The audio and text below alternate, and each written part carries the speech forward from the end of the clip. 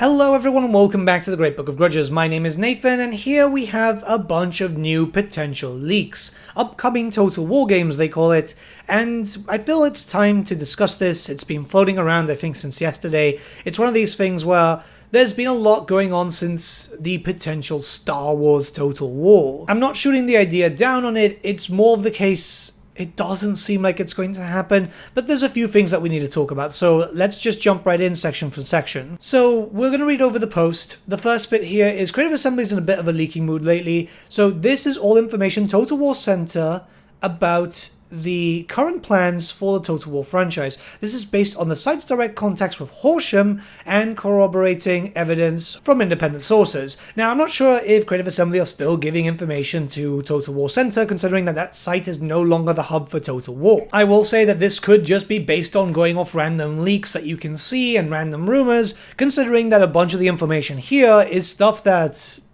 is publicly known, and stuff is pretty much speculated, which has been speculated by YouTubers and stuff. The first section is following around Pharaoh. The game is reaching its zenith, but also the end of its development. The sales have been very disappointing, despite the already low expectations. CA took a risky bet in order to mitigate the repercussions of its pandemic bloat, but it didn't pay off. Since the release, the plan is to compensate their losses by releasing free content and scrapping the planned DLCs. The aim is to encourage the potential customers to buy the game, instead of trying to convince those that have already purchased it to buy DLCs. The former strategy has the advantage of appealing to a much larger audience and for a more pricey product. The map expansion includes Troy, Assyria. Yeah, we already know this. This isn't a leak. This is something that is already known. Now, I don't know exactly when this leak came out, but it's not news. The thing is, just a few days ago we had a developer Q&A, which there are seemingly some long-term plans and there might be the potential of a Mythos DLC in the future. So it might not be that this game does die out, it just depends obviously on the sales post whatever happens with this map expansion. That's going to be a big decider here, and it's always important to note that.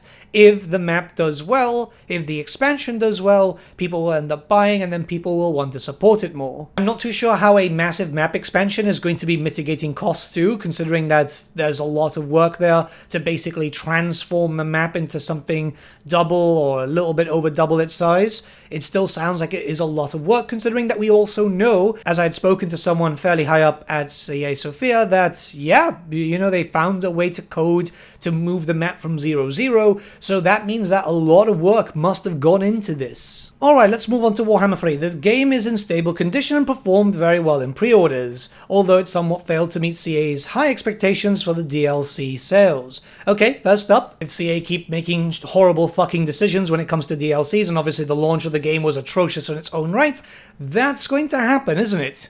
But let's continue. Right now it's existing in its middle phase, with around 1.5 years of development remaining. The next Lord Pack will feature Cafe and Ogres, Monkey King vs Golfag, and the last DLC will focus on the end times of Nagash and Neferata being its main advertising pillars. Okay, so let's talk about this. Warhammer 3 is in a shit state and has been getting better now, but it's been up and down for the past 2 years. This has been nothing but Creative Assembly's own faults. When it comes to DLCs, once again, nothing but CA's own faults. The rumor of 1.5 years of development has been pushed around, not because of this guy, but it's been heard by people like myself, it's been heard by people like Legend of Total War, and that information has been spreading around like wildfire for a while anyway. The next Lord Pack being Cafe and Ogres has been kind of expected for a while, as myself, Legend, and a few others have been hearing that the roadmap has been changed, and that things are going to be drastically different when it comes to future DLCs. The Monkey King is something that Creative Assembly thinks will sell well, and in all fairness, it could sell well, but I still think it's too soon for more Grand Cafe, and then obviously the Ogres to finish them off. We've seen the leak that Golfag was in the game files itself, his untextured model was there, so it kind of lends credence to that. Like I've said previously, if it's the case that we see Karanak next, which is for skulls, then my sources have been correct all around. Keep in mind, however, that my sources have been saying that this is potentially not the end for Warhammer 3. It all depends on how the DLCs go. Thrones of Decay, we still don't know how well it did or didn't do, mostly because there has been delays, which also affects how much profit it actually makes. The next DLC will be a big deciding factor on that, but it does make it sound like a lot of people did buy Thrones of Decay. The problem is that Creative Assembly and Sega, we can't forget Sega here too, don't know what the fan base actually wants, and then this leads to the problems like Shadows of Change or the launch of Warhammer 3 and that stupid campaign. But I'll give you some fresh information that I've been hearing, that when it comes to the Monkey King and when it comes to any future DLCs, it apparently might be CA Sophia, and people are being pushed onto that. So it's not the same people working on Pharaoh. It could have been that they worked on it, but now they're going to be working on this. Alright, let's move on to World War 1. This unannounced project, keep in mind a lot of these projects are actually unannounced, has faced very serious difficulties. Its director has resigned a year ago and its budget has completely derailed, partly because it involves the creation of a new engine. It was originally planned for 2024, but it got delayed, perhaps indefinitely. Alright, so the rumors of World War I have been around for a long time. All the larger Total War creators have been speaking about it for some time because they've been hearing it from the grapevine. I still don't think it's been delayed indefinitely. I still think it's one of those big ones that Creative Assembly are working on, because even if the Star Wars game or the 40k game end up being true, well, it's one of those things that need to be tested prior, and a historical game will allow for that type of testing without taking too big of a risk, because again, a historical game will generally sell well anyway, and people are starved for an historical game. I still think it's going to happen. I don't think it's been delayed. The 2024 thing, I mean, kind of makes sense, because really right now Creative Assembly are going through massive layoffs. They've just had a massive kickoff, and then they've also are going through another one which is happening at this very moment, by the way. By the end of May we will have heard how many people have left, because people will start doing their usual posts of, hey, I was let go, looking for work, blah blah blah. And generally the rumors were saying that the next historical game was going to be in 2025, but it's been conflicting between World War I, Empire 2, and Medieval 3. We'll talk about those a little bit later down in the video. While Creative Assembly do try to release a game a year, I very much doubt that that's going to be the thing going on, because they've lost a lot of staff. They have been butchered and gutted heavily. Alright, let's talk about Warhammer 40k. On the other hand, the development for 40k progresses without serious obstacles. The game was originally planned for 2025, but plans are subject to change. However, it's not the flagship for the fantasy genre of Total War, and serves more as a testing ground for the final and really ambitious project of CA. Okay, let's break this down a little bit first. How was the game originally planned for 2025 when the Warhammer Fantasy series was supposed to last until 2027? Those games wouldn't have been double dipping, because Creative Assembly can't double dip. We've actually seen that very obviously when a few years ago we had 3 active titles. This was Warhammer 2, Three Kingdoms, and Troy, and yeah, Warhammer got the more attention. Three Kingdoms got horribly fucked over, and I mean, Troy just existed with its own right. Creative Assembly can't run multiple titles at the same time. An incredible amount of layoffs are happening as we speak. Once again, I do have to mention it, because a bunch of staff have been lost and a bunch more staff are going to be lost soon. Hopefully the ones making the shit decisions. It's really weird to think that this is not going to be considered a flagship title, mostly because you have to remember that it's been known publicly, where a bunch of ex-developers are leaking to various different creators, outright saying, yes, Warhammer kept the lights on. Warhammer was even funding crap like hyenas, so yeah. 40k releasing in this new age where we've got, what, DLCs costing 25 euros? Yeah, people will buy that. They could easily be selling DLC after DLC at a half a price of a mainline title, and they will still be making loads of money. The general rumors that have been heard is that we'll hear about Total War Warhammer 40k next year, potentially this year, depending on how this is progressing. And this isn't from here, by the way. These are the rumors that I've been hearing myself, with release planned for 2026. This could change, and it could come out sooner, but given how Creative Assembly is running around like a headless chicken right now, I guess we'll never know until it actually happens, or someone leaks it, because Creative Assembly are famous for that. Alright, let's talk about Star Wars. This is the studio's big flagship. It has the potential to attract a huge audience and can also rely on an enormous pool of DLCs for long-term support and exploitation. However, it's still far from release, as at least 40k is in much more advanced stage of development. Yeah, I mean, if it was the case, which was the fear originally, which was either Star Wars or 40k, yeah, that would be an issue. If Star Wars is a few years down the line after 40k, you know, that works. It's something that could be done. I don't think they'll do 2 major things at the same time, because that doesn't prove sustainable. I believe EA was someone who did that, and it kind of screwed them over. It was a few companies, to be honest. The big thing here, and this is the thing, I'm not against a Star Wars game.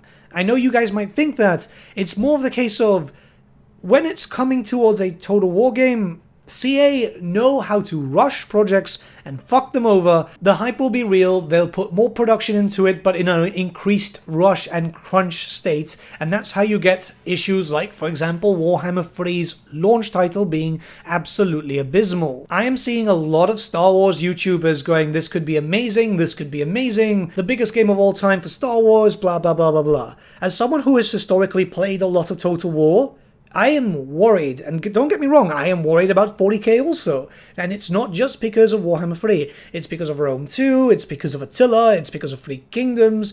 All of these have historically had bad launches. And I would love nothing more than to play a Star Wars Total War game because I'm a big fan of the battle droids, like the B1s and so on. I would love to have that. It's almost made me want to get into the tabletop for them because the Shatterpoint and so on. They look cool. I've always loved the droid stuff. The clone troopers from the Clone Wars are pretty cool. I imagine that if this does end up being real, by the way, it will be like a trilogy where we'd end up with maybe the prequel saga first, you know, stuff like the Clone Wars. They could milk that for about 5 years or so, or maybe even more, then jump into the original trilogy, so the Galactic Empire, the Rebels, blah blah blah blah blah, where they could use a lot of assets from the previous one, like Wookiees, if those get added in, and then afterwards they get into the sequel saga, which yeah. Alright, Total War Three Kingdoms. Cancelled. CA attempted to recover its momentum by abandoning Three Kingdoms 1 and relaunching a newer and even less expensive version of the game under Jack Lustard. Wasn't he doing hyenas? Really? Like, I'm pretty sure he was doing something with hyenas. But the project was terminated yesteryear. This was killed by my sources around like 2 or 3 months after Three Kingdoms 1 was killed, which is a massive shame. I love Three Kingdoms, but it was mismanaged. This is the second Total War game cancelled in recent history after the unannounced historical game originally scheduled to be released after Warhammer 3 panned for 2018. I don't believe that. What I do believe is that the Mesopotamia game was cancelled for CA Sophia because the original rumors were that we were going to get Troy, which we did, Pharaoh, which we did, and then Mesopotamia, and then they joined them up together, effectively having you pay £180 for 3 base games, smaller saga games, into one large one. Apparently this project was cancelled whilst it was still in its infancy. Alright, probably another saga title? I don't know. We'll have to wait and see for that. But I can tell you something without a shadow of a doubt. The Warhammer 3, as we know it, was not planned for 2018. Possibly the original plan for Warhammer 3, that's correct, as those games were releasing around 1 year apart, but then it got larger, the game started selling much more than people expected, Kiev and Cafe were added in, they were never in the original plan. So this is debatable.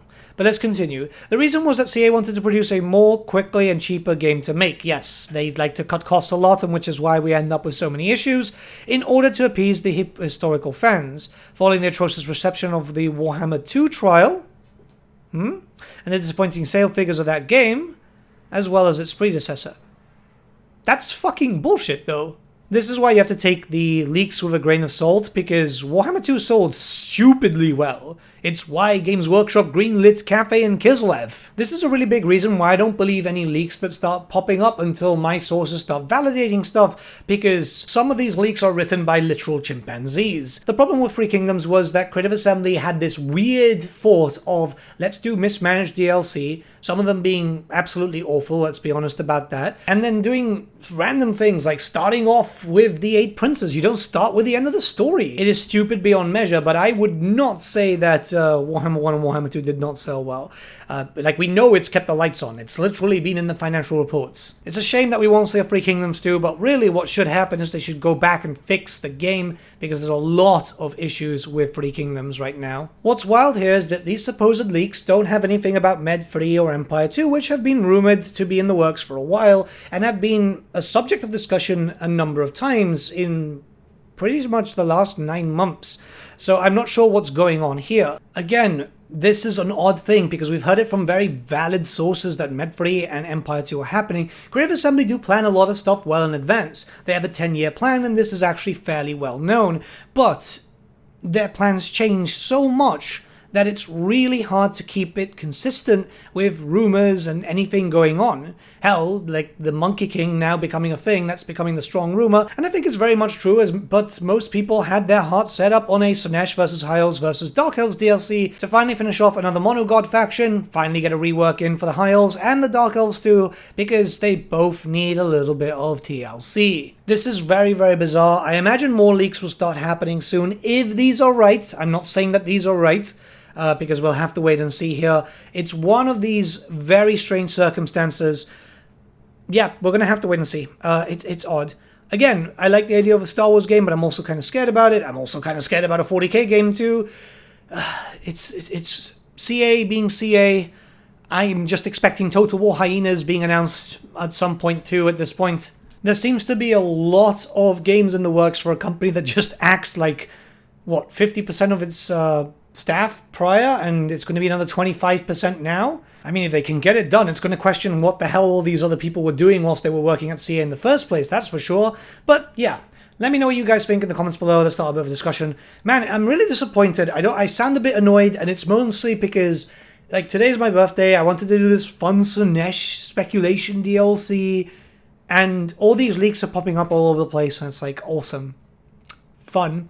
But yeah, I'll be live today, by the way, on twitch.tv/greatbookofgrudges. Pop by, let's have a chat about the leaks or whatever, and say hi, you know, it's always great. Have a great day, everyone. I'll see you all again very, very soon.